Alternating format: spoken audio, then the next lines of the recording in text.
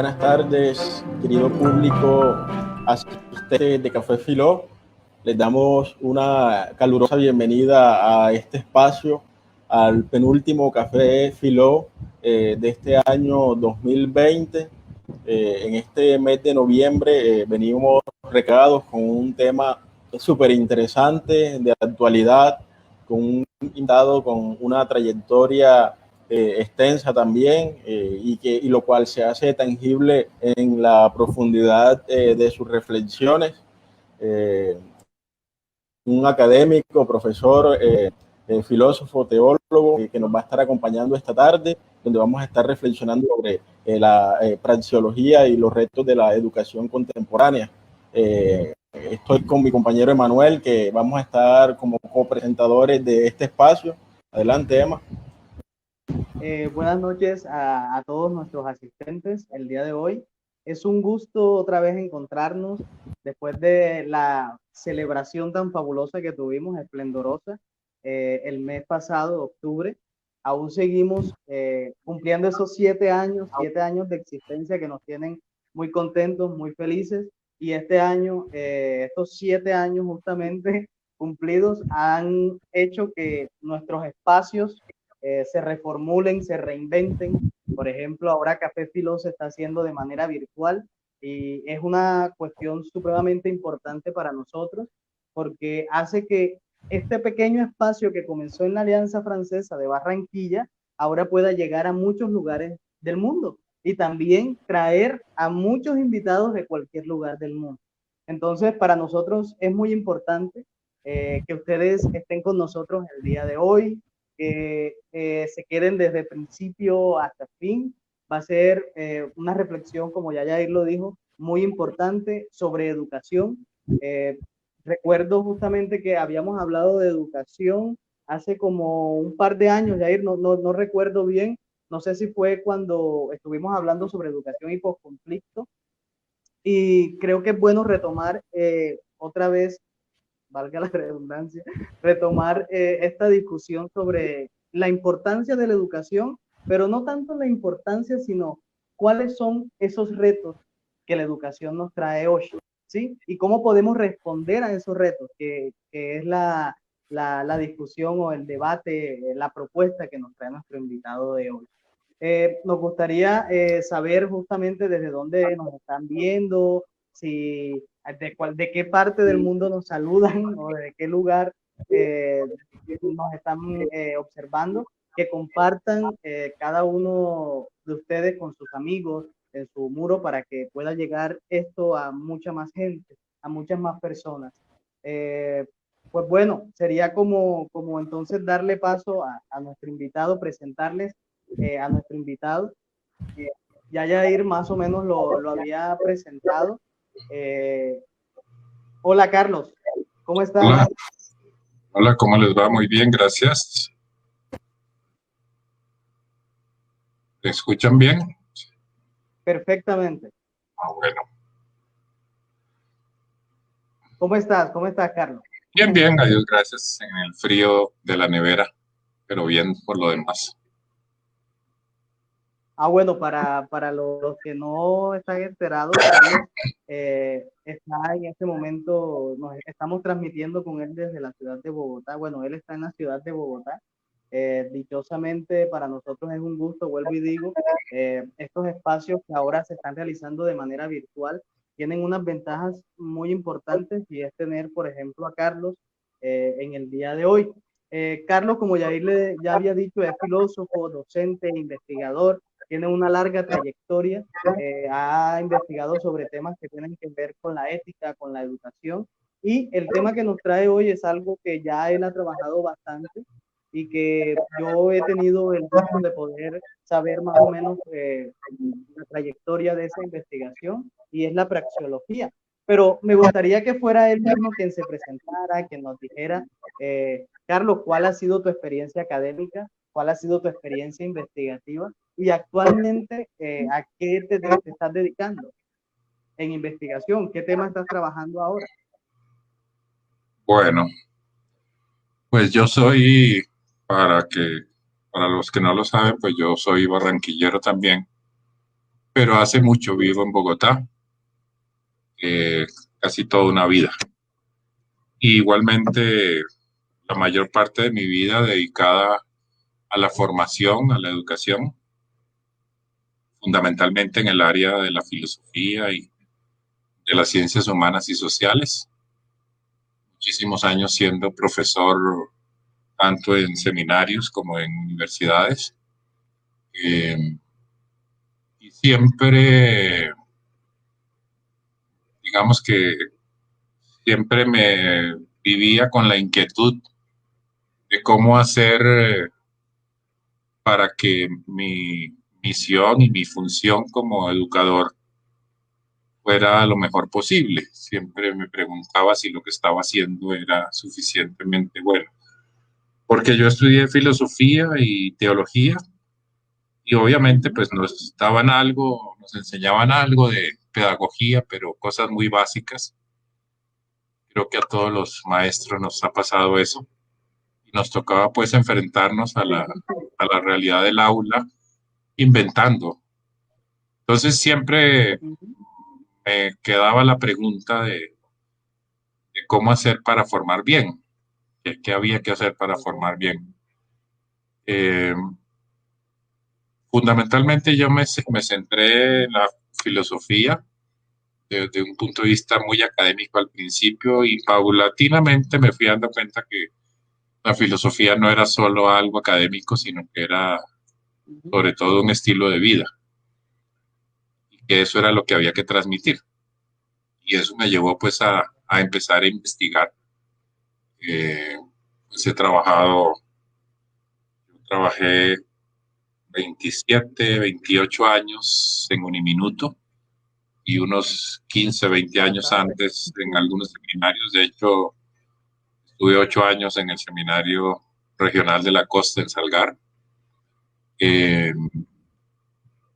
Y lógicamente, pues investigaba cosas que tenían que ver con la filosofía inicialmente y paulatinamente con la pedagogía. En el último periodo de trabajo en Uniminuto, fui director de investigaciones, entonces pues se amplió el panorama. En todo ese transcurrir, pues obviamente un investigador escribe. Terminé escribiendo varios libros y muchos artículos.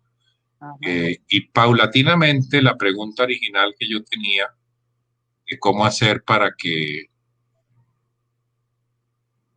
mi función como formador fuera lo mejor posible, se fue convirtiendo en eso que llamamos después, mientras trabajaba en Uniminuto, el enfoque praxeológico. Y a eso me dediqué en los últimos años y pues, para decirlo de una manera muy sencilla, eso es como el análisis crítico y reflexivo de las prácticas humanas, todo tipo de prácticas humanas. Obviamente yo me concentré en la práctica formativa, pero pues el enfoque praxeológico es válido para el análisis de cualquier tipo de práctica humana. Como lo dice la palabra, es un enfoque, es decir, una manera de ver la realidad, una manera de ver las cosas, como si nos pusiéramos unas gafas especiales para ver de una determinada manera.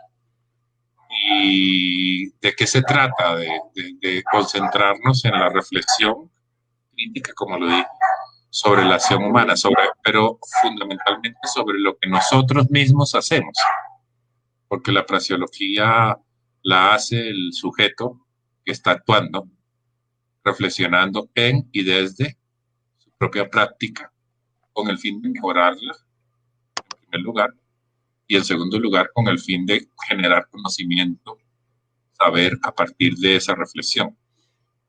En esencia es eso.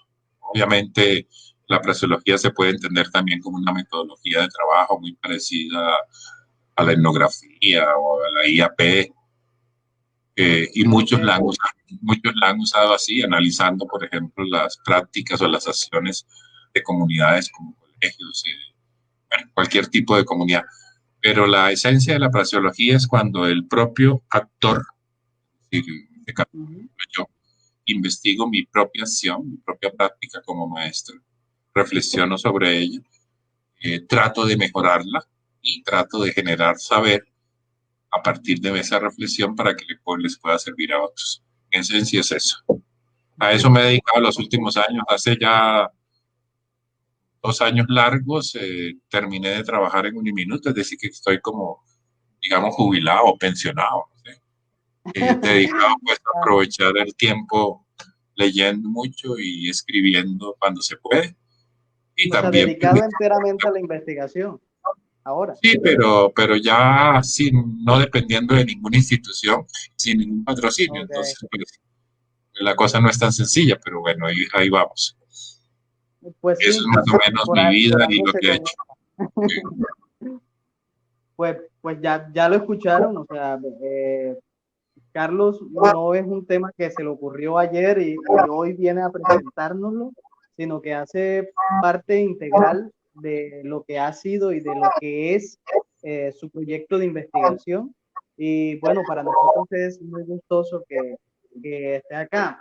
Entonces, pues yo quería preguntarte, pero ya lo respondiste sobre la importancia de la praxeología y que la praxeología no solamente es un campo, ya lo dijiste, no es un campo que solamente es aplicado a la educación, sino que también puede ser aplicado a distintos campos y áreas del conocimiento, justamente por ser un enfoque. Entonces, pues bien, Carlos, el tema como ya lo habíamos dicho, es praxeología, retos de la educación contemporánea. Entonces nos placería muchísimo escuchar a ver qué es lo que nos traes respecto a ese tema. Cómo la praxeología entra justamente a crear unos nuevos, por decirlo, senderos o caminos y también retos para la educación y cómo va a construir justamente de acuerdo a las problematizaciones que tiene en la actualidad. Entonces, bueno, Carlos, el espacio es todo tuyo. Muchísimas gracias por aceptar nuestra invitación. Y bueno, no sé si Yair quiera decir algo, ya que apareció por ahí. antes de darle la palabra total a Carlos. No solamente pues el agradecimiento a Carlos por su habilidad y decisión para acompañar este espacio. Seguro va a ser una jornada muy valiosa en cuanto a reflexiones y lo más importante es que está quedando grabada con la memoria también para Café Filo. Entonces, pues, Carlos, estamos atentos para disfrutar de la sesión que tienes preparada para nosotros. Bueno, pues muchas gracias a ustedes. Yo pensé mucho cómo enfocar compartir con ustedes y obviamente pues tomé la decisión de tratar de responder a lo que les dije hace un momento, ha sido mi pregunta de investigación siempre como maestro y como formador. Dije, pues no tiene mucho sentido contarles o explicarles cómo es el enfoque praxeológico, cómo se usa, pues para eso pueden entrar a mi blog, que yo sé que por ahí ya circula el link y ahí ya están todos los libros pues que yo he escrito y donde se explica, digamos, la metodología. Entonces, más bien yo me quise centrar en responder a esa pregunta que me ha rondado toda la vida, que la pudiera como plantear de esta forma, cómo se construye saber y cómo se forman sujetos en las ciencias humanas y sociales. O sea, lo que quiero decir es que voy a presentarles como una reflexión praxeológica, fruto de mi trabajo praxeológico, alrededor del tema educativo, centrado en la filosofía y en las ciencias humanas y sociales. Entonces, para responder esta pregunta, voy a tratar con ustedes como 3 puntos que son el resultado de esa búsqueda. La pregunta era, ¿cómo hacer para formar bien siendo educador, siendo profesor en las ciencias humanas y sociales? Entonces, lo primero que yo me pregunté es, bueno, ¿y en cuál mundo vivimos? ¿En cuál mundo viven nuestros estudiantes? Porque hay que entenderlo para poder saber cómo los debemos formar o qué tipo de sujeto hay que formar, que sería como el segundo punto. Y luego, finalmente, cómo deben ser las ciencias humanas y sociales, incluida la filosofía, para responder a este reto. Entonces, comienzo con esa primera pregunta. ¿En cuál mundo vivimos? Voy a tratar como de pintar un retrato, digamos, del mundo contemporáneo, desde un examen, si ustedes quieren, multifacético, que exige una mirada compleja y obviamente plaseológica. Creo que lo primero que hay que destacar es el concepto de mundialización. Es decir, el mundo en el que vivimos es un mundo donde la economía está globalizada, los mercados, y desde finales del siglo XX esta economía de mercado prolifera incluso en los estados aún llamados socialistas, si es que queda alguno. Es un mundo mega monopolístico, si se quiere, a escala mundial, supranacional. Digamos que los estados nacionales como tal ya no son el referente, porque la nación ya no puede ser el marco de análisis adecuado, porque el mundo de hoy es un mundo globalizado. Eso desde el punto de vista económico. Desde el punto de vista político, toda esa marejada económica ha significado un repliegue del Estado y una tendencia a la privatización. Es decir, el Estado se va quedando sin qué hacer. En el fondo, al Estado solo le va quedando el poder represivo. Como economía y política van siempre de la mano, la desregulación de los mercados, de la que hablaba antes, va como rediseñando el mapa geopolítico mundial. Se abren las fronteras, hay una nueva cartografía bajo la forma de redes económicas, se genera igualmente así, digamos, una mundialización política, un único gobierno mundial. Las redes son fundamentales, las megaciudades, donde se concentran las comunicaciones. Y en todas esas megaciudades transitamos nosotros y al mismo tiempo transitan a una velocidad asombrosa todo tipo de transacciones. Desde el punto de vista sociocultural y antropológico, y esto ya es mucho más importante para lo que quiero señalar, el mundo contemporáneo en ese panorama económico y político está atravesado por la cuestión de la identidad. Es decir, como los medios de transporte son cada vez más rápidos, como la comunicación virtual, como lo que estamos haciendo hoy nos permite estar al mismo tiempo desde lugares muy lejanos. Entonces, indudablemente se va generando un mestizaje cultural de las poblaciones. Ese mestizaje que obviamente se va acentuando por las progresivas oleadas migratorias, fruto de los desplazamientos, sea por violencia, por guerras internas, por exclusión o como actualmente por la pandemia. Van haciendo que esas megaciudades como políticas se rodeen de cinturones marginales, pluriétnicos, y se va generando un mestizaje cultural que hace que la pregunta por la identidad sea fundamental. Digamos también que en el pasado era muy sencillo, es decir, hace unas 5, 6, 7 décadas, como que todo el mundo vivía muy centrado en su mundo pequeño, pero tenían un piso sólido. Hoy el mundo es más etéreo, es tan cosmopolita, tan pluriétnico, que obviamente pues cuesta saber, al fin de cuentas, yo quién soy, de dónde soy. Pero también está, digamos, en cuarto lugar, los progresos tecnológicos que contribuyen a que esa porosidad cultural sea cada vez más fuerte, sea que se trate de los medios masivos, como la radio, la televisión, o de comunicación virtual como la Internet. Digamos que las nuevas tecnologías favorecen ese mestizaje cultural y permiten que ahora no haya fronteras.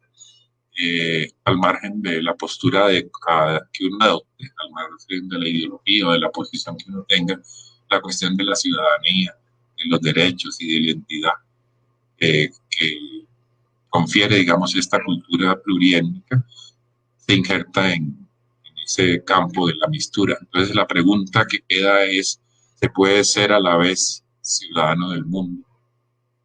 Si es que esta apelación tiene sentido. Y ciudadano de la propia ciudad. Esa pregunta es complicada porque significa que casi que no sabemos de dónde somos, cuáles son nuestras características particulares. Desde el punto de vista tecnológico, tecnocientífico, los avances logrados, sobre todo a partir de la segunda mitad del siglo XX son inconmensurables frente a los de los siglos anteriores. Los medios de transporte, los medios de información, de comunicación han reducido, aniquilado las distancias. Incluso uno podría decir que el tiempo hoy es el tiempo de lo instantáneo. Todos tenemos acceso a una masa de informaciones cada vez creciente. Tenemos concentración de actividades mercantiles y financieras. Tenemos esa plurietnicidad cultural. Y todo eso hace que nuestra idea del espacio y del tiempo se vaya modificando. Y todo eso va complejificando la cuestión identitaria.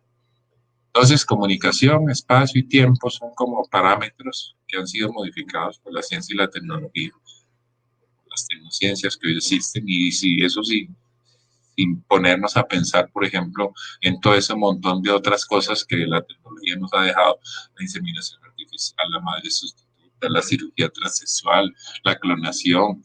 Es decir, todo esto hace que el mundo sea cada vez más híbrido, más pluriétnico, más complejo. Entonces, surge una pregunta: ¿cómo se deben definir de ahora en adelante el ser humano, el hombre y la mujer, y las múltiples otras posibilidades de género? Digamos que si el paso de la Edad Media al Renacimiento estuvo marcado como por una descentración de Dios hacia el hombre, y luego se puso el acento sobre su finitud en el mundo contemporáneo, como ya lo señaló Foucault, ¿cuál es y cuál será en adelante el centro del universo? Ya no parece que sea el ser humano. Y esa pregunta existencial fundamental nos conduce pues al plano epistemológico, al estatuto del saber, que sería como la última característica de este mundo en el que vivimos, y es que los saberes hoy son relativos. Y eso no implica necesariamente relativismo. Lo que significa es que la mayoría tiene hoy acceso a un cúmulo asombroso de informaciones, y que la escuela ya no es la única dispensadora de saberes. Los saberes son ahora difundidos por todas partes, por los medios de información y de comunicación, por las redes sociales, y esto incluye obviamente una alta dosis de desinformación y eso que llamamos hoy la posverdad, o que yo le llamo la mentira emotiva. Y entonces los saberes fragmentados son igualmente compartidos por una parte de la población cada vez más creciente, y son virtualmente discutidos y recreados. Y entonces uno termina viviendo como en un medio donde la virtualidad, la globalidad, la tecnicidad y la relatividad nos abordan por todos los extremos. Y entonces, en ese sentido, esa relatividad de los saberes y esa fragmentación, digamos, epistémica, son indudablemente compensados por el intercambio del saber. Porque ahora todo el mundo posee el saber y todo el mundo puede construir saber. Y eso hace que la construcción de la existencia personal, que siempre tiene que ser expresada como una biografía, se convierte pues en un centro de producción de saberes. Entonces, más o menos, de una forma así como muy sencilla o muy rápida, este es el mundo en el que hoy vivimos. Entonces la pregunta, según el segundo punto de mi charla, es, bueno, entonces en ese mundo, ¿a quién debemos formar? Como maestros, como filósofos, ¿qué tipo de sujeto debemos formar? Y esa pregunta se relaciona con otras dos que son como sus corolarios. ¿Por qué formar y para qué formar? Y el contexto que acabo de escribir responde en parte a esos interrogantes, como delimitando el horizonte en el cual nos movemos, identificando la dimensión fraseológica del porqué y sus incidencias sobre las cualidades que posee cualquier persona. Por ejemplo, si concebimos la globalización económica desde un ángulo pragmático, puede que tengamos que concluir que hay que formar un individuo emprendedor, abierto a los dispositivos de la competencia, como dicen muchos modelos educativos. Dependiendo de la postura axiológica que se privilegie, se puede, al contrario, por ejemplo, pensar en que hay que formar un sujeto dispuesto a reclamar mayor igualdad de derechos para todos los ciudadanos. Es decir, en un mundo ideal, vivimos hoy. Nada prohíbe soñar con una persona líder capaz de un espíritu empresarial, con conciencia social y un sentido desarrollado por la responsabilidad ética. Pero el hecho es que el fenómeno amplio de la globalización y mundialización y de la gestión de los proyectos, digamos que termina siendo como ineludible la cuestión de que hay que formar y desarrollar una conciencia social y responsable para que el individuo pueda llegar a ser un sujeto y un ciudadano. Y solo así podría escapar del rol de instrumentalizante de objeto de consumo que le quiera hacer jugar, que nos quiere hacer jugar la economía de mercado en la cual estamos.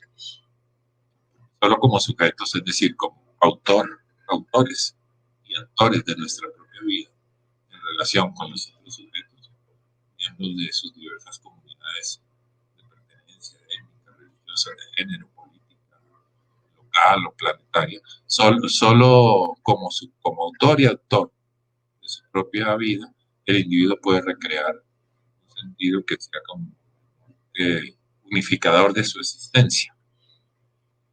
Entonces, para quien entienda al ser humano como aquel que tiene que pasar de individuo a sujeto, este contexto mundializante en sus dos dimensiones, tanto la dimensión esclavizante que genera el mercado, la publicidad, el consumo, como la dimensión emancipadora que genera la posibilidad de saberes otros, nuevos saberes, nuevas formas de participación civil y ciudadana. Todo eso interpela la responsabilidad del sujeto en su misma condición humana. Y creo que aquí vale la pena una cita. No conozco el texto, del autor es Rohu, R-O-H-O-U, pero pues fue citado por Delory Monberger en uno de sus libros sobre la biografía. Dice: entiendo aquí por condición humana el conjunto de relaciones del hombre con el mundo natural y artificial, en sus actividades físicas, económicas, científicas y técnicas, con los demás, en su vida social, con el poder en la organización política y con los valores, Dios u otras trascendencias, por la ideología, la moral, la religión y consigo mismo.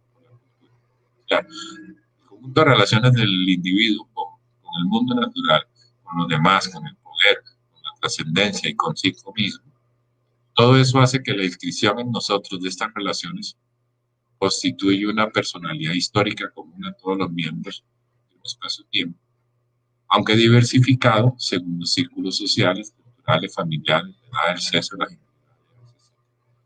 Creo que esa descripción de la condición humana no tiene nada de extraño. En el fondo, lo que muchos dicen, o sea, somos completamente diferentes, diversos, por múltiples aspectos, pero en nuestra condición somos iguales.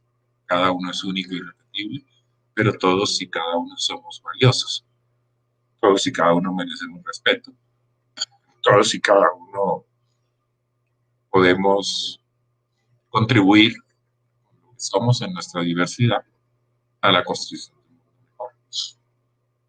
Entonces, retomando los elementos que yo planteaba antes, algunos de los elementos del mundo en el que vivimos, puedo como señalar algunos puntos que muestran cómo el contexto influye en esta construcción de la identidad. Si decíamos que hay una mundialización, esto implica la responsabilidad del sujeto. El pensador Alan Turing sostiene que el ser humano debe oponerse a todos los agentes de dominación, mucho más si esa dominación tiende a cualquier tipo de totalitarismo. Solo un sujeto en su individualidad, en su irrepetibilidad y en su intersubjetividad puede oponerse a la totalidad, siendo actor y autor de su historia y de la historia de su propia comunidad. No somos libres, sino en una libertad relacionada, porque elegimos ser con el otro, precisamente para oponernos a la totalidad. Aislados, somos simplemente juguetes de nuestros propios deseos, narcisísticamente replegados sobre nosotros mismos. Entonces, esa mundialización del mundo de hoy, en su dimensión emancipadora, nos mueve o nos impulsa a una responsabilidad, porque se trata de co-construir el saber, de co-construir la sociedad, de co-construir un mundo. Obviamente esto significa participación, en el sentido de tomar parte en.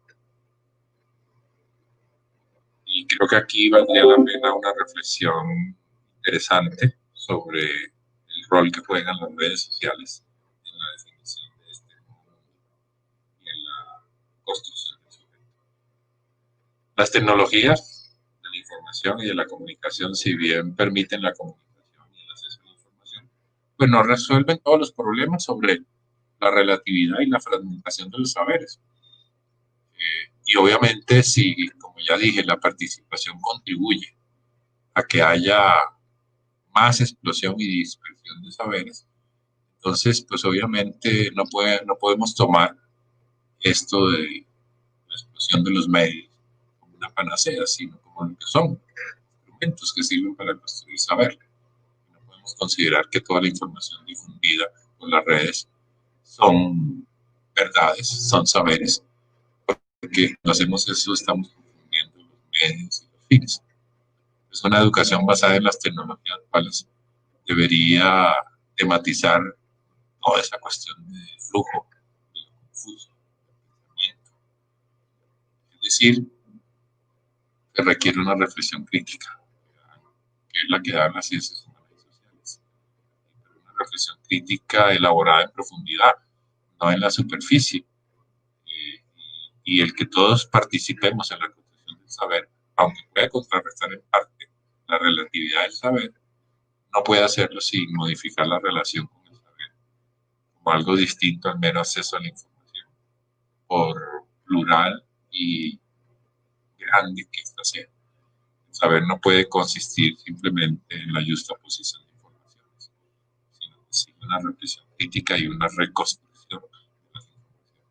Y en ese sentido entra también la ética como reflexión axiológica, como expresión de los deseos y necesidades individuales, entra a unirse a la cuestión de la corresponsabilidad pública.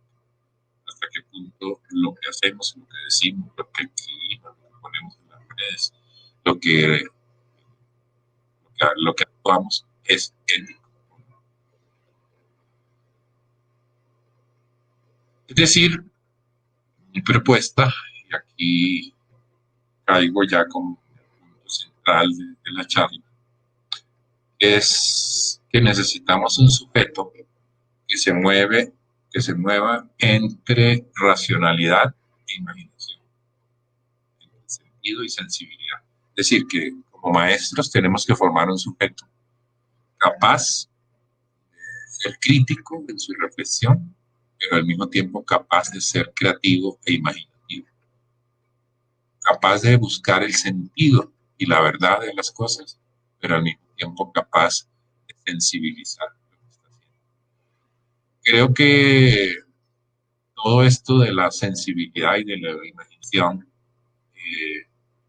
nos acercan a aquello que los pensadores de la modernidad posteriores al romanticismo denominaron como el homo simbólicos, el hombre de las analogías, de las correspondencias, el enlazador de lo sensible y del sentido, el hombre al universo. Es decir, que el lugar donde el sujeto se unifica no consiste tanto en una unidad, una entidad designada, llamémosla Dios, hombre, historia, revolución, patria, nación, sino en el sentido que cada uno le confiere el mundo y que puede tomar la figura de Dios. Ese sentido unificador solo puede provenir de un relato del cual cada sujeto sea su propio narrador, del cual la historia de cada uno esté presente. En pocas palabras, la materia y la materialidad son solamente de las historias, como si las historias de alguna manera inventaran lo real. No sé si ustedes se han dado cuenta de que cuando uno relata algo de su propia vida y lo hace paulatinamente, varias veces a lo largo del tiempo, el relato que uno está haciendo de lo que uno es, de lo que uno vive, va cambiando con el tiempo, hasta el punto de que llega un momento en el cual las historias ya como que no se parecen mucho, o como diría tal vez García Márquez, hasta el punto en que lo mágico, la fantasía, termina superponiéndose a la realidad y de alguna manera uno vive para contar su historia y la historia de uno no es tanto la historia que, digamos, que uno se imagina, sino, mejor dicho, no es tanto la historia que uno ha vivido, sino aquella que uno se imagina que ha vivido. Como la dimensión simbólica y la capacidad mítica, ritual, icónica que todos nosotros tenemos. El lenguaje simbólico es importante y es otro modo de conocimiento diferente al lenguaje racional, pero los dos tienen como que mezclarse de alguna manera, de forma que consciente, inconsciente, personal y colectivo, razón e imaginación, como tanto oposición de contrarios, terminan siendo constitutivos del sujeto. Por ejemplo, la capacidad de relacionarse, para relacionarse con las otras personas, trasciende la individualidad psíquica, aunque de un modo un poco diferente.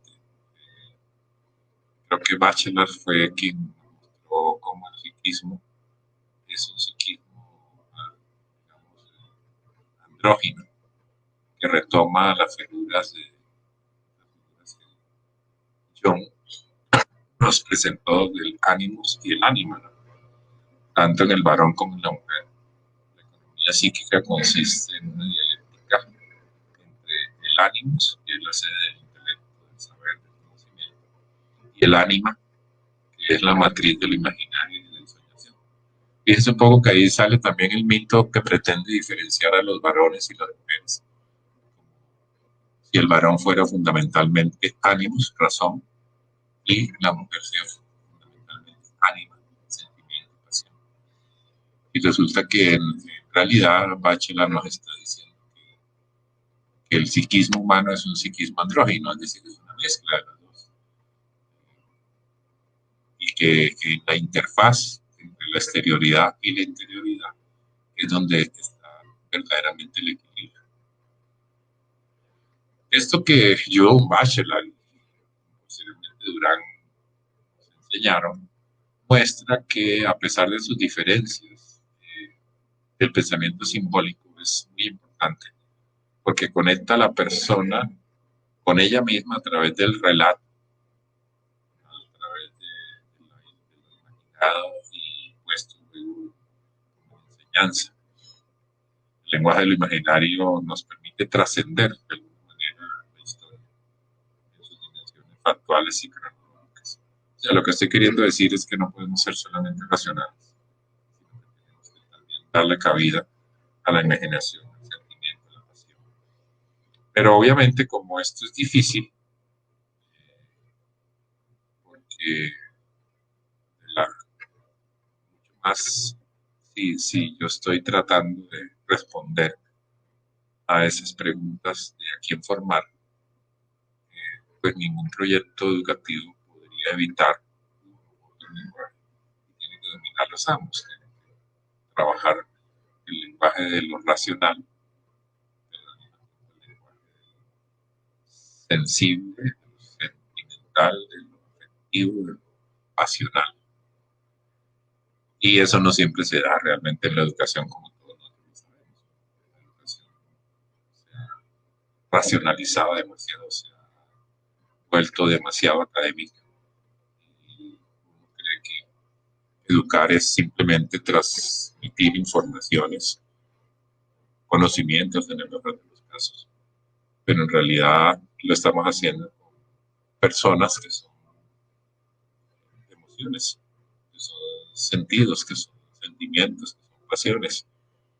Y el pensamiento racional, que es analítico, que es inductivo, deductivo, que implica juicio, argumentación, busca coherencia, tiene que confrontarse con ese mundo de lo imaginario que se caracteriza por la imagen, por el relato, por la analogía. Obviamente son dos mundos diferentes, pero tenemos que lograr combinarlos en nuestra propia vida, en un proyecto y en un trayecto personal, de vida personal. Entonces, este es el sujeto que requerimos, porque pienso yo que requerimos hoy, un sujeto que, digamos, que no deje la vida allá fuera del aula de clase, que no entre al salón de clase simplemente a aprender unas teorías o unos conocimientos, sino que meta su propia vida, sus sentimientos, sus pasiones, sus emociones en ese proceso educativo. Y cuando digo un sujeto me estoy refiriendo tanto al maestro como al estudiante. Yo creo que vale la pena preguntarse por qué muchas veces es más atractivo ir a un centro comercial o ir a una discoteca que estar en un aula de clases. La respuesta es obvia y evidente. En un centro comercial o en la discoteca, las emociones, las pasiones, las imágenes, la música está presente y eso hace parte de esa dimensión que es nuestra ánima. Y muchas veces en el aula de clase lo único que hay es razón, saber, conocimiento, que es el ánimo. Y si no logramos introducir, entremezclar esas dos dimensiones, pues obviamente no estamos logrando el propósito formativo. Ahora ustedes se dirán, ¿por qué yo llego a estos que son conclusiones siguientes? Pues eso fue como el fruto de todo ese proceso mío de preguntarme cómo ser un mejor profesor, cómo hacer para enseñar mejor. Y entonces eso me lleva ya como al punto final de esta charla con ustedes.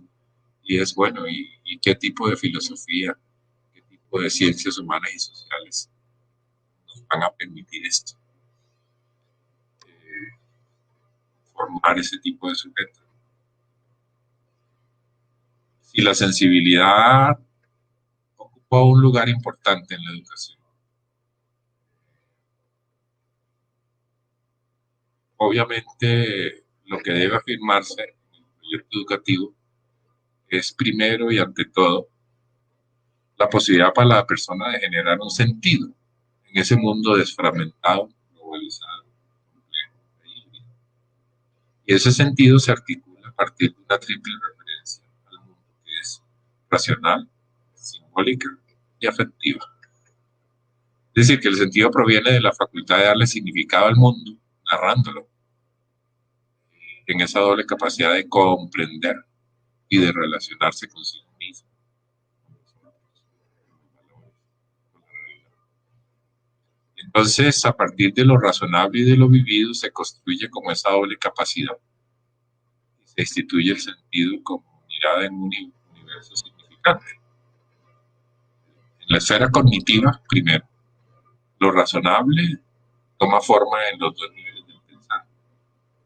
Primero, el universo conceptual, el discurso racionalmente aceptable, pero también, en segundo lugar, el del universo simbólicamente significante, el del mundo imaginado y narrado, es decir, tan válido como un discurso racional,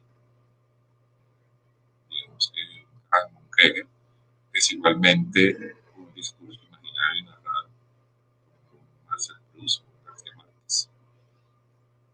En segundo lugar, después de la esfera cognitiva, está la función simbólica, que ya lo dije de alguna manera a partir de Durán en su libro La imaginación, apela a la sensibilidad y hace el puente, digamos, con el segundo polo de la construcción del sentido.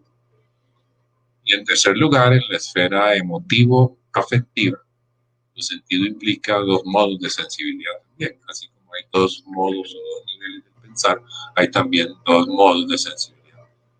Por una parte, la sensación, que es generada por el contacto sensual, partir de una relación directa, tocable, palpable, audible, con los seres, con la naturaleza, con las cosas. Y la sensibilidad de una relación mediada por el imaginario mental. Por otra parte está, digamos que este es el primer modo de sensibilidad, por otra parte está el sentimiento. Uno es la sensación, otro es el sentimiento, que ya tiene que ver con la esfera de la afectividad, de la contigüidad con el otro, o sea, próximo, lejano, y con el sentido de pertenencia. Entonces, en ese contexto, digamos, de lo razonable y de lo vivido, y en esa doble capacidad de construcción del sentido, la pregunta de qué tipo de ciencias humanas y sociales y qué tipo de filosofía nos va a permitir enfrentar este nuevo mundo, tanto en su dimensión emancipadora como en su dimensión socializadora. Hay que buscar entonces la formación de un sujeto, como ya decía yo, autor y autor de su propia vida, relacionado con la vida de las demás personas, en tanto que sujetos diversos. Reflexividad crítica, ética, estética y autonomía serían entonces complementos del sentido de responsabilidad, de solidaridad y de participación, que contribuyen a tejer ese lazo que en última instancia le da sentido al mundo para cada uno de nosotros. Es decir, que mediante la construcción de lo razonable y de los sentidos, mediante la unión de las esferas cognitiva y afectiva, del pensar y de la sensibilidad, del discurso académico y de la narración, se desarrolla la comprensión del mundo y nuestra relación con él. Entonces, si sabemos que estamos atrapados, incluso cuando creemos ser personas de una racionalidad absoluta, en una red de formaciones discursivas, donde las viejas representaciones del mundo conviven con las nuevas, pues también podríamos preguntarnos si las agrupaciones disciplinarias que realizamos o que aceptamos no son obsoletas. Y creo que la filosofía puede ayudarnos a comprender cómo las bases más evidentes de nuestro conocimiento y representaciones son bastante frágiles. O sea que hay que repensar la cuestión de las disciplinas humanas y sociales. Y ahí queda aún la cuestión del humanismo. ¿Qué referencias, qué utopías, qué creencias atribuir a ese término tantos valores axiológicos? ¿Qué operaciones nos hacen pensar que la técnica, como querida por los humanistas, no va a salvar? No hay manera de cuestionar una de nuestras últimas creencias en el pensamiento positivo y preguntarnos, por ejemplo, con Foucault, si el humanismo no es también una ideología. Y insisto en el humanismo porque, pues, obvio, pareciera que la respuesta más sencilla de a quién formar es cuando decimos, pues, a un ser humano. ¿Qué es realmente un ser humano? ¿Qué es el humanismo? No habrá ideologías detrás de eso.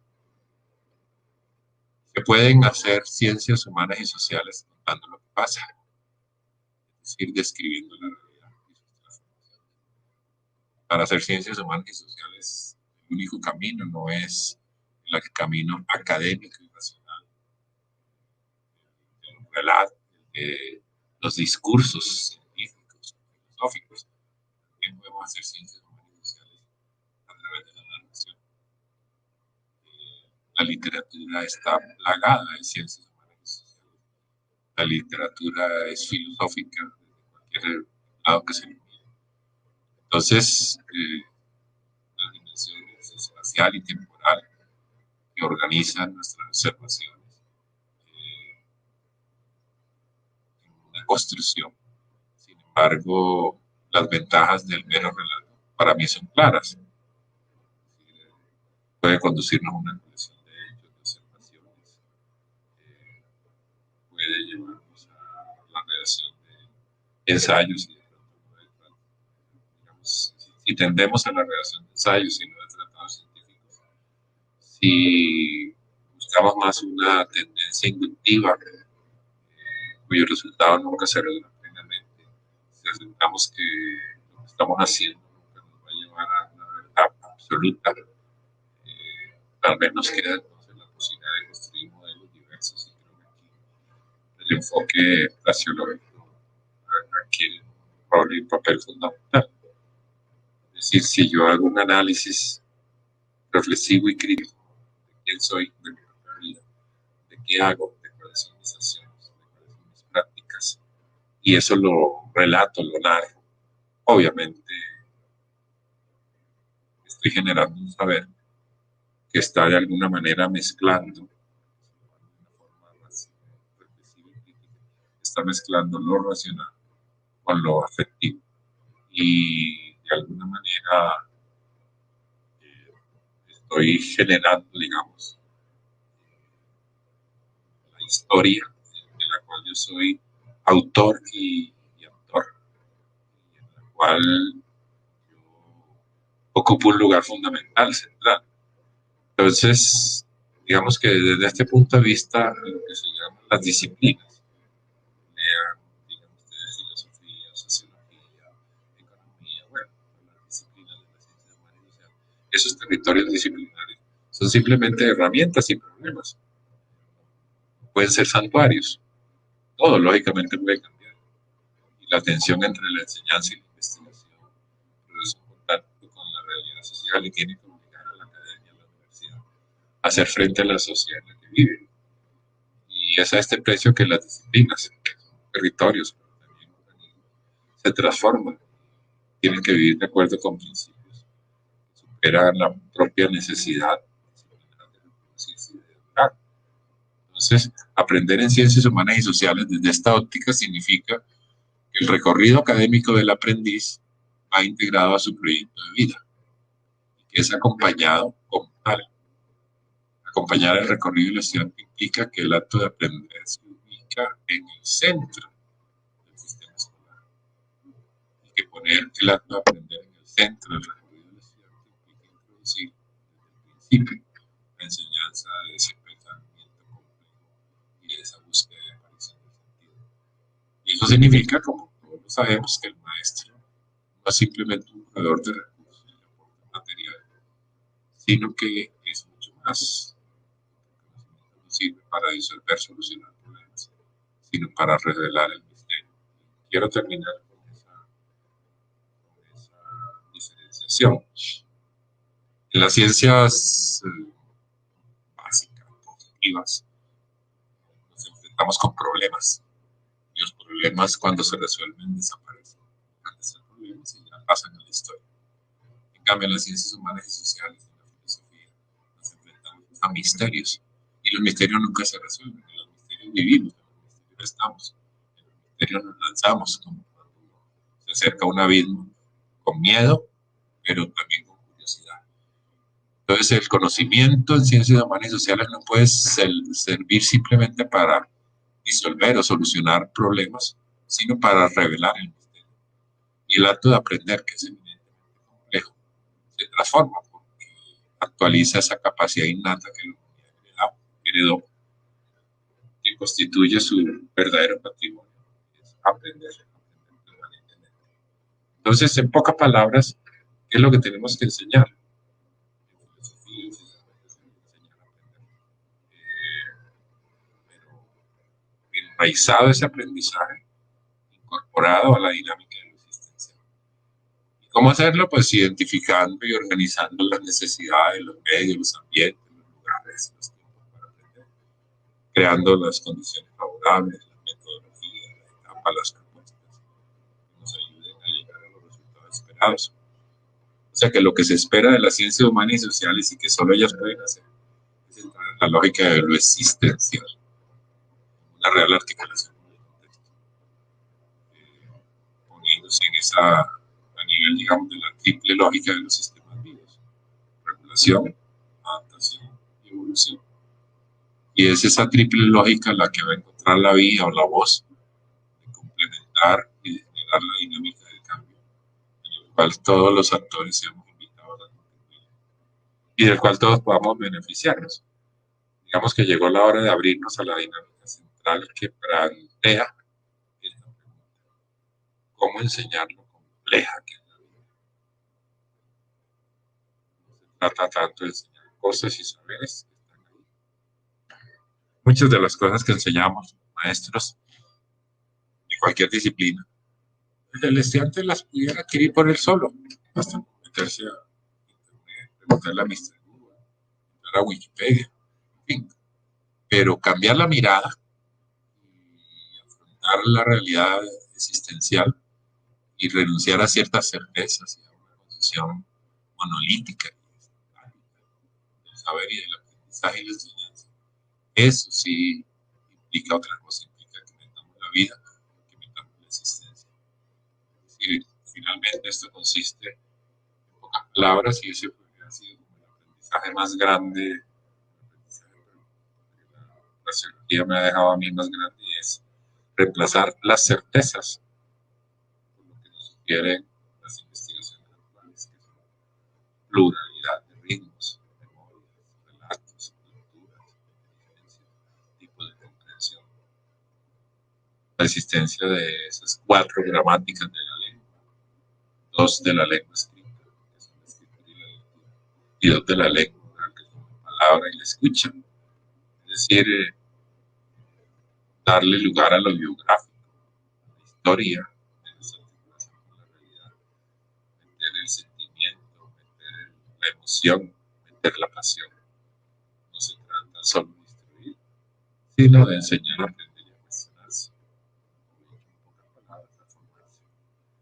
Es decir, garantizar el derecho y el deber de aprender aquí y ahora, de todas las formas posibles, siempre y en todos lados. Eso es lo que quería compartir con ustedes. Espero no haberme pasado el tiempo.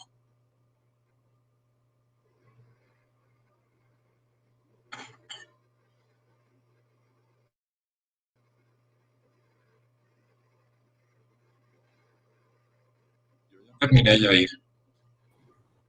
Bueno, ahí teníamos entonces al profesor Carlos Juliao con sus interesantes reflexiones sobre este enfoque praxeológico que realmente es necesario en un mundo lleno de cambios y donde parece que la educación se hubiera quedado estancada por allá en la época de Rousseau. Desde hace algunos años estamos hablando, por ejemplo, de inteligencia múltiple y parece que en muchas aulas todavía se enseña para un único tipo de inteligencia, para la racionalidad específicamente. Entonces ahí encuentro la riqueza de este enfoque praxeológico, porque por supuesto no bota la racionalidad, no la deja de lado, sino que la tiene en cuenta como uno de sus pilares, pero también, de acuerdo a lo que nos explicaba Carlos, la praxeología va mucho más allá de la racionalidad. Entonces, genial, Carlos, muchísimas gracias por esa presentación. Para iniciar, ya ahorita estaríamos compartiendo otras preguntas, pero para iniciar, a mí sí, por ejemplo, Carlos, me inquieta un poco el hecho de que los problemas de la educación no se limitan a los individuos, a los sujetos, sino también que hay muchísimo trabajo que hacer, por ejemplo, respecto a educación en otros entornos, ¿no? A nivel familiar, a nivel comunitario, incluso en otros ambientes, e incluso podríamos decir a nivel político hay un montón de trabajo que hacer o hay un montón de acciones que se desprenden de los tomadores de decisiones. Entonces, yo para iniciar te preguntaría ¿a qué invita la praxeología en estos otros entornos más, teniendo en cuenta que los problemas de la educación, como decía, trascienden a la individualidad? Entonces, Carlos, eso por un lado. Por otro lado, hoy en día, en tiempos de COVID, por ejemplo, en tiempos de pandemia, donde sabemos que la educación tiene que buscar dedicarle a las comunidades, qué podríamos aportar desde la sociología, qué estrategia se podría recuperar desde la praxeología para reinventar la educación hoy en día en este mundo que realmente implica cambios. Entonces, esas serían mis preguntas iniciales. nuevamente decirte que estuvo magnífico el nivel de los postulados que nos traíste hoy aquí. Entonces, esas serían las preguntas para comenzar. Y ya le doy paso también a mi compañero copresentador de esta noche.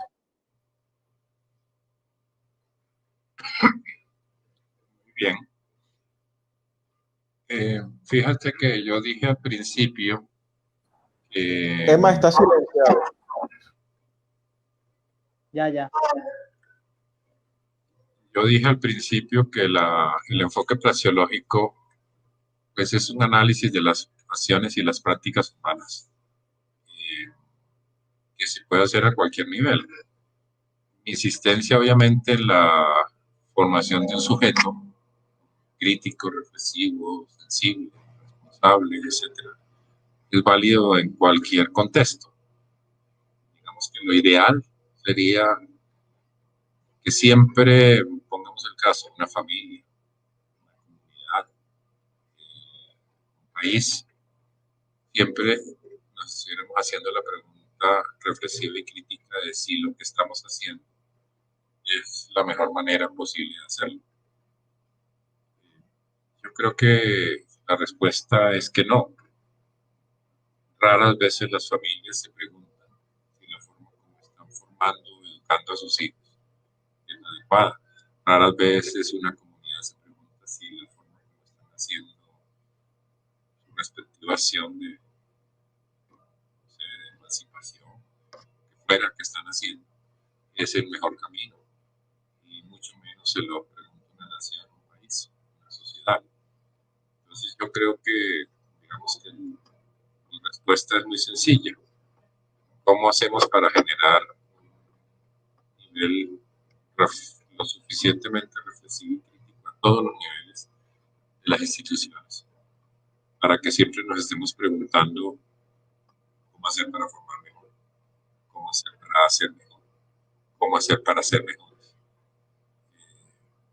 Y en ese sentido, tiene validez la cuestión de que la educación supera el nivel de las fronteras de la escuela. O sea, educación se hace a todos los niveles, lo estamos haciendo siempre. Yo sé que esto puede sonar muy como idealista, utópico, pero yo estoy convencido de que lanzarnos a la acción, cualquier tipo de acción, revolucionaria o no, sin antes una adecuada reflexión de quiénes somos y de por qué queremos hacer eso que queremos hacer, y de si el camino que hemos optado por hacer es el más adecuado. Eso es la clave. Pongo un solo ejemplo para que veamos cómo estamos tan automatizados que eso no lo hacemos. Y es cuando estamos en las redes sociales y nos llega un post cualquiera de un amigo cercano. Y nos parece bonito la imagen que hay, el título, ¡pum! Automáticamente le damos like, me gusta o cualquier cosa de eso. Y en realidad ni leímos ni mucho menos reflexionamos previamente lo que ahí nos estaban transmitiendo y si nos convenía o no nos convenía a nosotros dar ese like a ese post.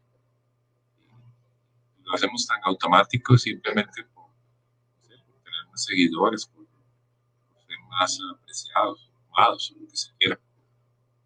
Pero estamos dejando a un lado esa posibilidad de reflexionar y de asumir críticamente la cosa. E incluso podemos estar generando mal, podemos estar transmitiendo saberes erróneos, equivocados, falsas verdades o mentiras aparentes, etc. Pero yo creo que lo que hay que promover es esa capacidad reflexiva y crítica permanente. Y podemos pensar que no, pero es que eso implica mucho tiempo. No, es que eso es cuestión de segundos y minutos. Solamente pensar antes de actuar, solamente sentir antes de actuar.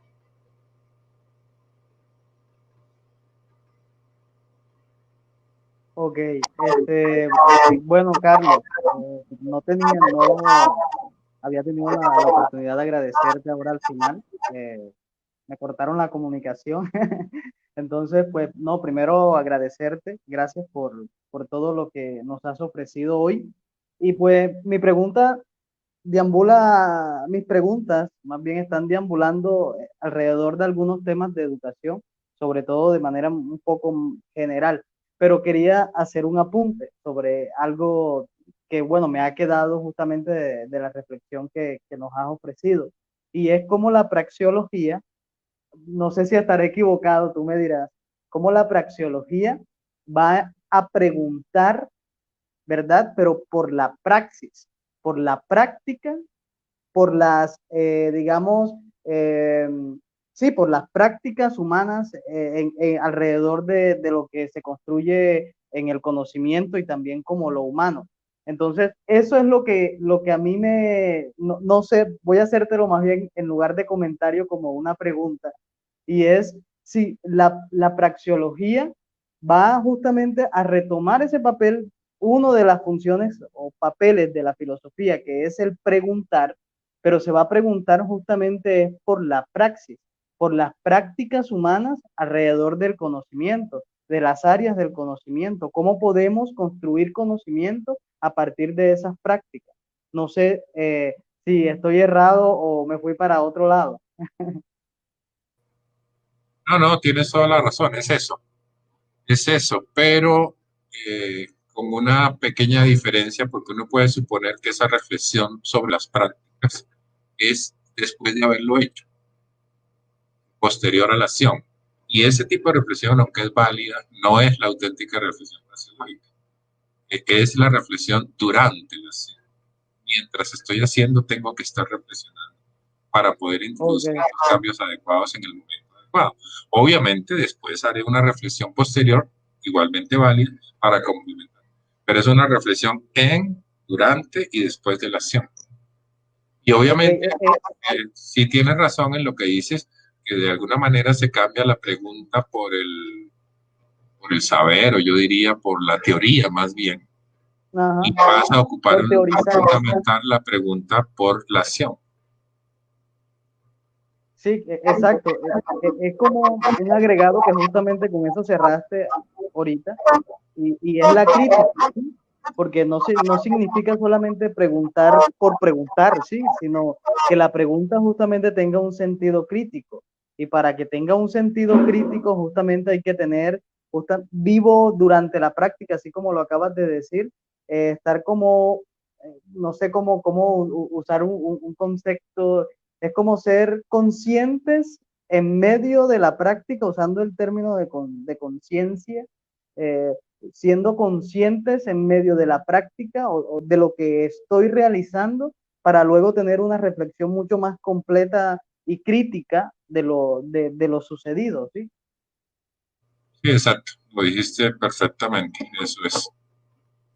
Ok, bueno, otra preguntita que a mí me surgía, y ahora te hago una de las que han hecho acá nuestros internautas, y es, ¿cuál es el rol dentro de esas nuevas dinámicas que puede proponer un enfoque praxeológico? ¿Cuál es el rol del alumno y cuál sería entonces el rol del profesor o del pedagogo o de quien enseña? ¿Cuál? Porque bueno, la educación justamente moderna, que aún de ella estamos replegados y plegados, eh, pues nos ha dicho siempre, yo creo que ha sido esto el gran cuestionamiento de la educación y la pedagogía, y se nos ha dicho que es el pedagogo, el profesor, el docente, quien posee el conocimiento, quien tiene el saber y quien justamente va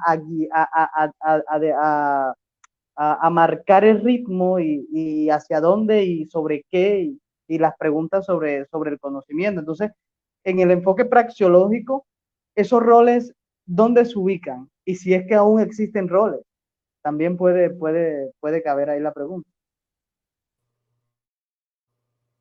Sí, sí, sí, claro que aún existen los roles, pero ya no relacionados con el saber. Digamos, ya no podemos seguir pensando en el maestro como aquel que lo sabe todo y que obviamente va a transferir lo que él sabe al estudiante que se supone que está vacío, que no tiene nada. Eso hoy no es verdad. Lo que ocurre es que ellos tienen otros saberes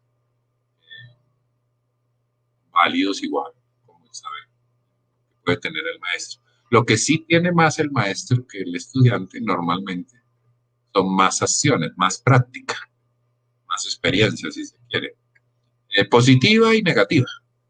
El maestro ha hecho más que el estudiante, ha hecho más cosas buenas y ha hecho más cosas malas también. Y el que tiene más, el hecho de que tenga más pasiones y más prácticas y más experiencia, lo autoriza a mostrar un camino, un recorrido, a señalar una vía para el aprendizaje. Digamos que lo que él puede hacer con el estudiante no es tanto transferirle lo que él sabe, porque puede que muchas veces nosotros como maestros sabemos ya esté obsoleto, sino mostrar un camino para adquirir el saber, guiar al estudiante para que sea capaz de recorrer el camino por sí mismo. Y si esto tiene que ver con la vida, entiendo que ya no es solo con los saberes, con las informaciones, con los conocimientos, sino fundamentalmente con las prácticas, dicen, con la vida, pues obviamente es la experiencia vital la que tiene que introducirse en ese proceso. Y ahí entra una cosa muy complicada, porque eso lo saben ustedes que estudiaron bastante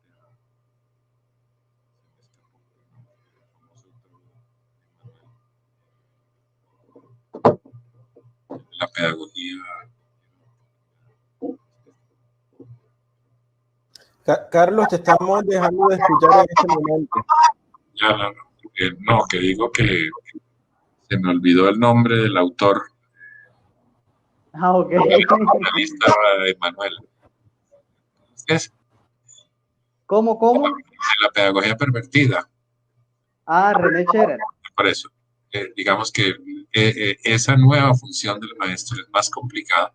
Por eso que René Scherer plantea siempre, o sea, que siempre se establece que la relación entre maestro y estudiante tiene que ser distante, tiene que eliminar la dimensión afectiva y la dimensión de los sentimientos, porque se teme que el maestro pueda pervertir al estudiante. Y eso dificulta el que se pueda realmente compartir la vida y la experiencia. Fíjense que el maestro ya no se limitaría solamente a transferir unas informaciones o unos conocimientos, sino que estaría ayudando a construir un camino, un recorrido de vida, a partir de su propia vida y de su propia experiencia. Y eso implica compartir sentimientos, compartir afectos, compartir pasiones. Y eso no es tan bien visto. Entonces, lo que quiero decir es que eso hace más compleja la función actual del maestro formador de lo que era la función anterior, que bueno, todavía sigue estando presente. Poseer saber y conocimiento y transferir es sencillo, pero transmitir vida y experiencia ya es mucho más complejo. Sería casi... Ah, bueno.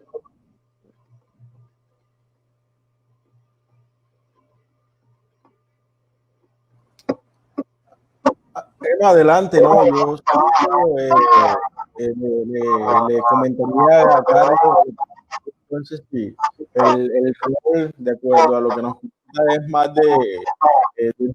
el rol es más de facilitador, más que del poseedor de la verdad, de alguna manera, el rol del docente. Y lo que me parece interesante también de lo que Carlos nos comenta es que, bueno, sin duda hay que reconocer entonces que el educador lo que él maneja, lo que implica pues, algunos, bueno, su concepción de la educación, lo que implica algunos aspectos positivos y otros negativos. Entonces me imagino que el enfoque praxeológico lo que ayuda también es con esa de sembrar el pensamiento crítico en el estudiante para que él también tenga la capacidad de discernir qué hereda y qué no retoma de su maestro, ¿no? Sí, sí, exacto. Es fundamentalmente formar esa conciencia crítica y reflexiva que implica acoger los saberes y experiencias que los estudiantes tienen. Esa es otra de las dificultades de la educación actual, o sea, tener en cuenta qué es lo que ellos viven, qué es lo que ellos quieren, qué es lo que ellos necesitan, qué es lo que ellos desean aprender, y no tanto lo que supuestamente un currículo establece o predetermina como saber que debe ser transferido. Entonces, sí es necesario formar en ese pensamiento crítico, formar en esa capacidad de reflexión sobre la propia vida, sobre la propia experiencia, sobre las propias acciones, formar en ese enfoque o análisis nacionológico que permite que mientras estoy actuando, yo esté cambiando mi acción porque estoy reflexionando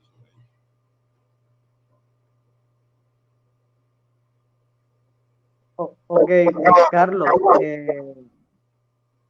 acá nos preguntan, tú hablaste de que, sí, como de reformular un poco la cuestión de no, de que cómo la praxeología o el enfoque praxeológico no va a reducir las clases al aula, por ejemplo, o cómo va a reformular unas clases dentro del aula. ¿Cómo sería ese proceso? ¿Cuáles son, desde tu experiencia, porque yo sé que no es solamente una base teórica que nos has dado, sino que yo sé que tú lo has puesto en práctica y el enfoque praxeológico ya está en uso, por decirlo de alguna manera utilitarista? ¿Cuáles serían, digamos, las estrategias que puede proponer el enfoque praxeológico en un aula de clase? ¿Cuáles serían esas variantes y hacia dónde se podría dirigir? ¿Sí? Como para quienes están empezando esa carrera o quienes están sí, experimentando el campo de la docencia. Y yo Sí, agregaría si se limita algunas materias específicas o algunas asignaturas, áreas específicas, o si el enfoque praxeológico se podría integrar en cualquier área del saber. digamos, comienzo con esto último que ya plantea en las ciencias humanas y sociales, cualquiera que ella sea, es muy sencillo aplicar el enfoque placeológico. Y la cuestión es simplemente cómo relaciono esas disciplinas humanas y sociales con la vida cotidiana. Y cómo, no sé, una clase de economía, por ejemplo, yo la relaciono con mi propia situación económica, con tácticas y estrategias que necesito para mejorar mi economía, etc. Y ampliando un poco eso, creo que la experiencia que estamos viviendo fruto de la pandemia a nivel escolar plantea una serie como de interrogantes. Eh, no sé si ustedes se han dado cuenta que en las redes y bueno, la Secretaría de Educación y el Ministerio de Educación han venido insistiendo hace mucho en que, por una parte, que el que las escuelas estén cerradas y los estudiantes aprendiendo en línea, las dificultades que implica para quienes no tienen esa posibilidad, que en realidad no son tantos. O sea, eh, nos han insistido mucho en que lo que más necesitan los estudiantes y por lo que más quieren que se vuelva a abrir las escuelas, los colegios y universidades es porque esa dimensión de la socialización, de la afectividad humano y de las relaciones y de la interacción nos está dando. Yo no creo que haya tanta insistencia, aunque se ha dicho también, pues que hay muchas limitaciones para el aprendizaje de datos y de disciplinas. Pero hagámonos esta pregunta más bien. Eh, Creemos que todos los niños y jóvenes que están en sus casas, que no han ido a la escuela, no han aprendido nada durante todos estos largos meses que ha durado la pandemia. ¿No será que los aprendizajes que han logrado son más importantes que los que antes lograban en la escuela? ¿Será que de verdad es necesario volver a abrir las aulas para volver a aprender geografía, historia, aritmética? ¿Será que eso, Esa es una buena pregunta. será que eso no se puede adquirir de una manera mucho más sencilla por uno mismo? Y obviamente es verdad que las relaciones humanas y la interacción y la socialización pueden quedar limitadas porque pues muchas veces el niño joven está reducido a su familia y a su ambiente inmediato, pero tampoco es tan cierto que no se den posibilidades socializadoras en este nuevo ambiente. Yo creo que la cuestión no es de tanto pánico, digamos, y casi que uno podría decir que la escuela como institución desapareciera no afectaría mayormente a los propósitos educativos, porque pues otros caminos puede haber, sin necesariamente reducirnos a pensar en autoeducación solamente, pero esa es una de las posibilidades. Yo creo que la historia nos muestra que los aprendizajes fundamentales de la vida se han dado siempre fuera del aula. Y el maestro lleva cierto tiempo de experiencia como maestro, sabe que aprendió mucho más de su disciplina específica y también de pedagogía, enseñando que cuando estaba estudiando en la universidad, su licenciatura, su maestría. ¿Por qué? Porque pues, lamentablemente la educación escolar es demasiado teorizante, es demasiado academicista, demasiado etérea. Y llevamos años y décadas y siglos de educación así. ¿Cómo hacer para meter lo práctico? ¿Cómo hacer para meter la vida en los verdaderos aprendizajes? Porque yo creo que es un hecho que uno aprende, no sé, yo pongo a veces un ejemplo que las mamás les aterra cuando los pongo, pero me parece que es evidente. El niño pequeño, su curiosidad lo lleva a querer tocar el enchufe. Y la mamá cuando ve que se acerca, lo retira y le grita, David, déjele que se pegue el corrientazo y verá que nunca más va a meter el dedo ahí. Ese es el aprendizaje por experiencia. El aprendizaje que nunca se le olvida a uno en la vida, nunca. En cambio, el que a mí me digan no lo haga, y el que me diga haga esto o haga aquello, pues eso. Sí, son teorías y puede que sirvan, pero no son tan fuertes como la experiencia y la práctica. Partiendo de eso último que acabas de decir, del corrientazo y del enchufe y de cómo se aprende mayormente con la experiencia, eh, pues yo también estoy muy de acuerdo contigo y ahorita mencionabas, por ejemplo, a Scherer y bueno, hay una línea de pensamiento que parte justamente de esas mismas premisas que acabas de, de presentarnos y es cómo de cierta manera eh, a través del tiempo la educación se ha ido racionalizando al punto de que se excluya casi que por completo de un currículum de una universidad, por ejemplo, las prácticas, ¿sí? Que se diseccione de cierta manera las prácticas de la teoría y que no estén involucrados los procesos teóricos y las prácticas como tal.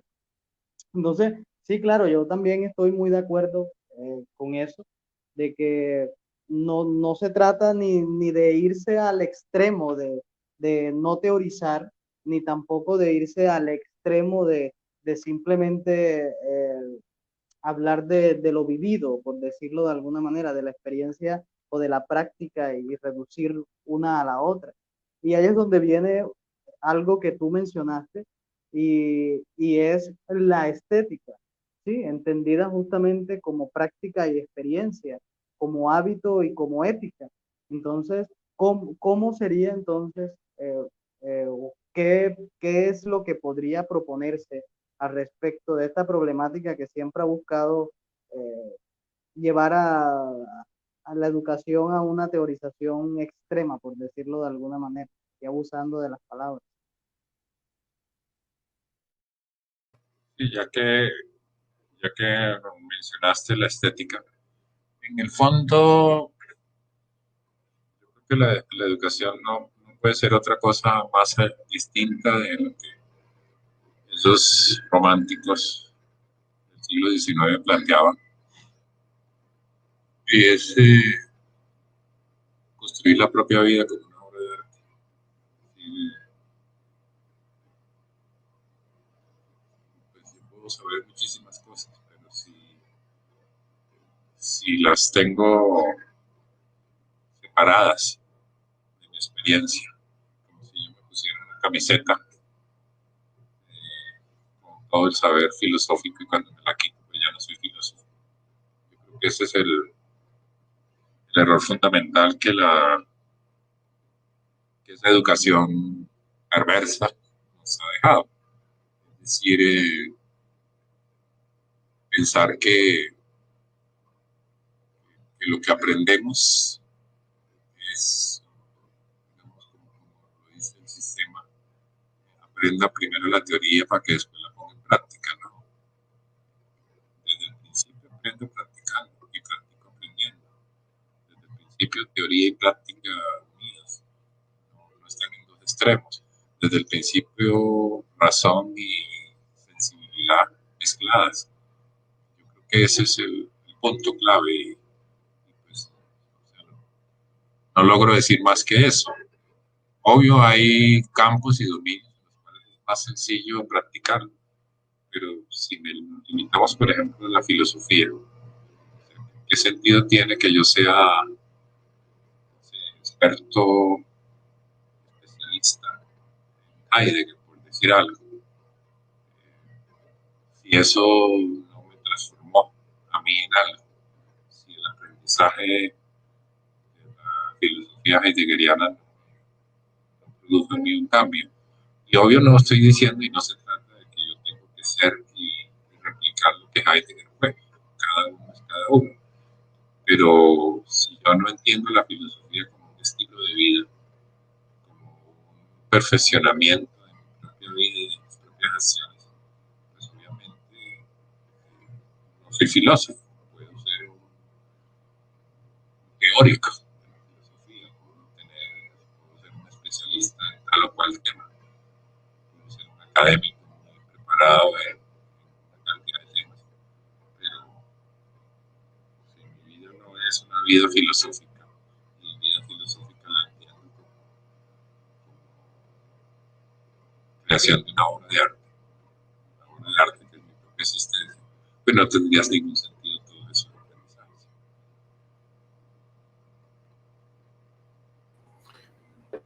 Vale, Carlos, por acá algunos de los asistentes al capítulo también nos dejan algunas preguntas. Voy a leer para ver, por ejemplo, por acá nos preguntan cómo penetrar desde la psicología las esferas de la educación institucional entendida como la educación del Estado. No te las estoy entendiendo, se oye muy entrecortado, entonces no entiendo la pregunta bien.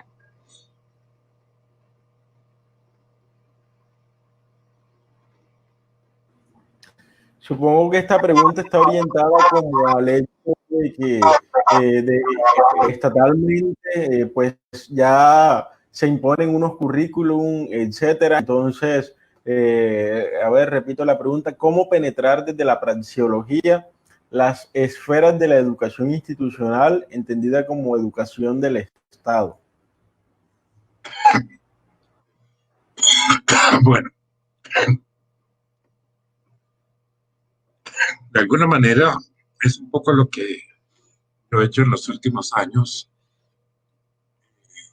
hice una serie de talleres. Carlos, ¿Sí? Perdón, continúo. Sí.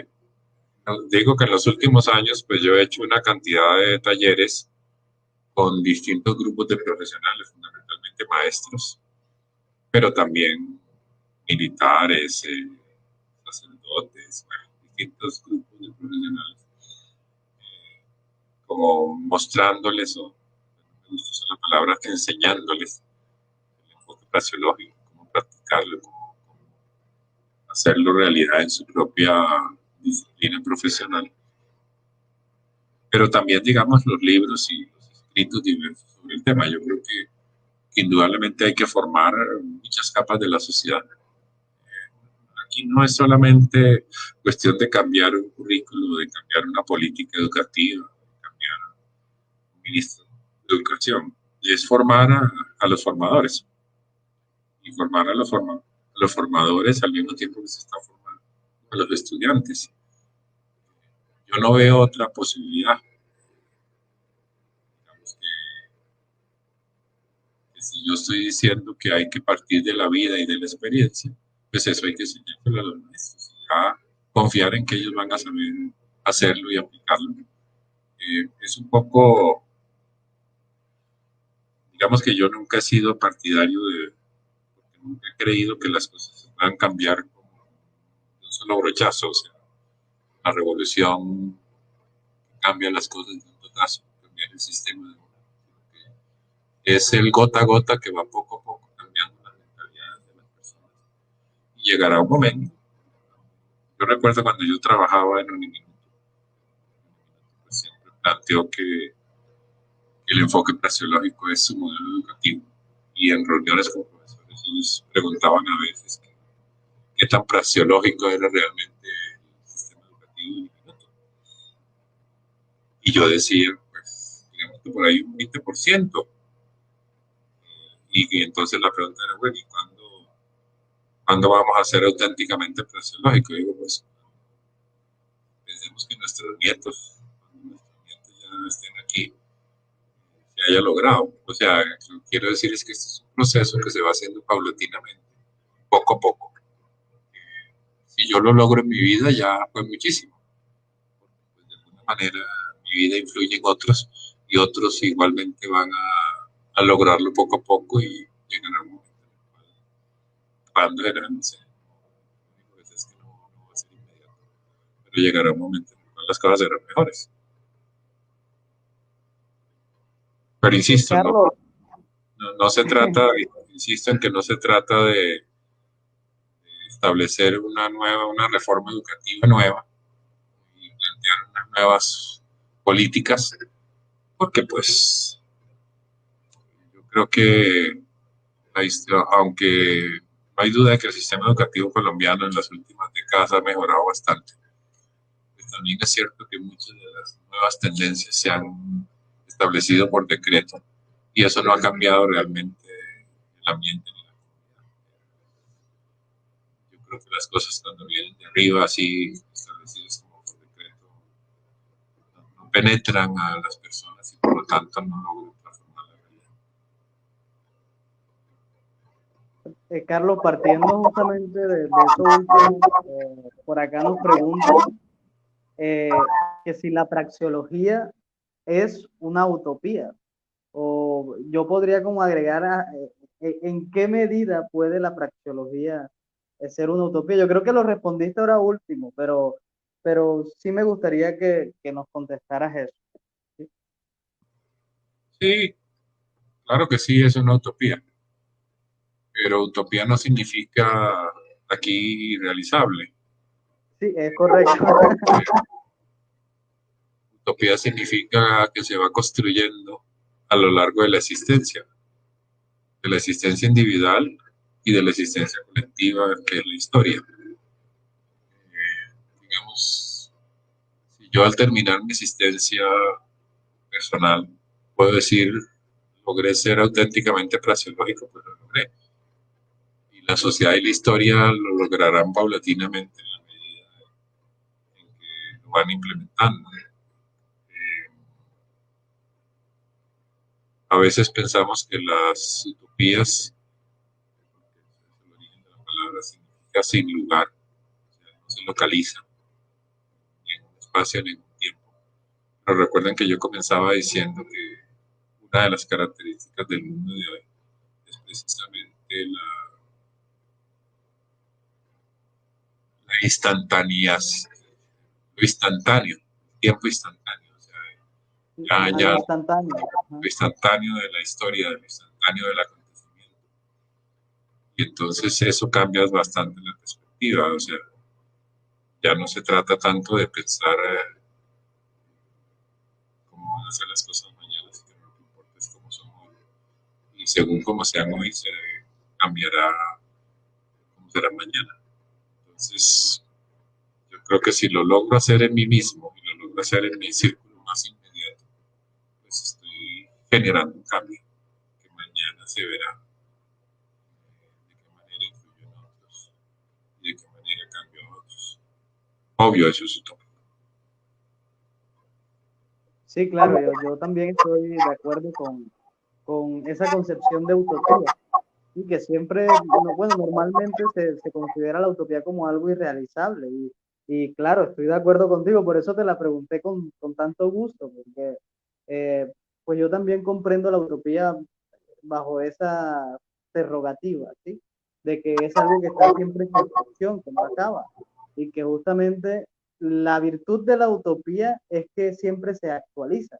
Tú hoy en el 2020 puedes estar hablando de praxeología, pero quizá alguien en el 2030 puede estar hablando de praxeología y no están refiriéndose a un mismo contexto, por ejemplo. Entonces, cada contexto evidentemente tiene sus exigencias y justamente hacia allá es donde apunta lo crítico, la palabra crítica, ¿sí? Dentro de lo que ya nos han mencionado de la praxeología. Bueno, Carlos, Sí, de acuerdo. Una cosa final en base a lo que dices. ajá. Podría ser mejor cambiar la palabra utopía por la palabra horizonte. O sea, es un horizonte que está allá, lejano, pero que nos atrae y que nos impulsa a llegar hacia allá y que tal vez nunca alcanzaremos. Sí, ese Tomás Moro. Bueno, bueno, Carlos, como ya se nos acabó el tiempo, pues primero agradecerte muchísimo por haber aceptado nuestra invitación. Nos has complacido muchísimo con tu presentación.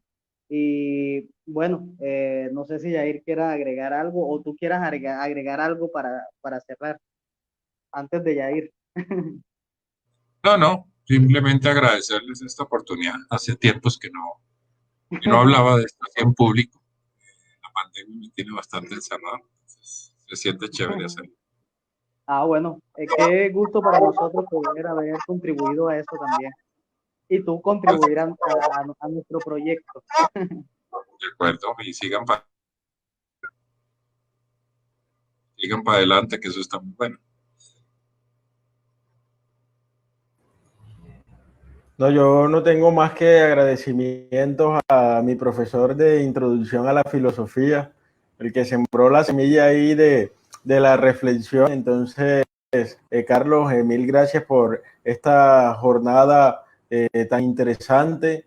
Y bueno, sin duda lo que vemos ahí afuera cuando abrimos la puerta, abrimos la ventana o abrimos redes, es que si pusiéramos en práctica esta perspectiva praxeológica, tendríamos una educación donde se pone a las personas en el centro, donde se parte de las necesidades de la gente.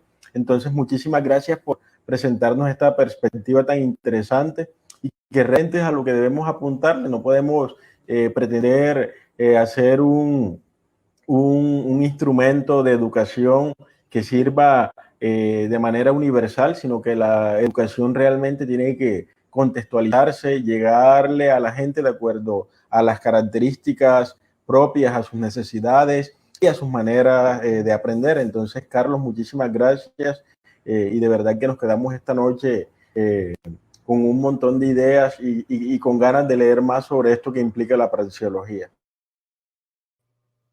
Muy bien, y muchas gracias a ustedes. Pues ahí, Yair, ahí hay un ejemplo, él lo dijo, ¿no? Introducción a la filosofía hace años ya. Y algo quedó y ahí se fue gestando la semilla. Y eso es más o menos lo que hay que seguir haciendo. Muchas gracias y feliz noche y a todos los que escucharon, pues, mis Ok. agradecimientos. Gracias, Carlos. Que tengas una feliz noche. Bueno, chao. Eh, bueno, para todos nuestros asistentes, nuestro último café del año, que va a ser el 17 de diciembre, para que lo tengan ahí, lo vayan agendando, para que nos están aún escuchando y viendo. Aún, bueno, los esperamos ya como siempre, el jueves 17 de diciembre, con una invitada muy especial. Ya por ahí por redes se estarán enterando de cuál será el tema y la invitada como tal. Y bueno, muchas gracias por haber acompañado este espacio en el día de hoy, por sus preguntas, por sus comentarios. Y ahí quedamos entonces pegaditos a la red. No se olviden seguirnos en Facebook, Instagram y YouTube como Café Filo Barranquilla, para que siempre reciban nuestros contenidos. Y ahí también van a aparecer todos los contenidos que se han visto durante todo este año.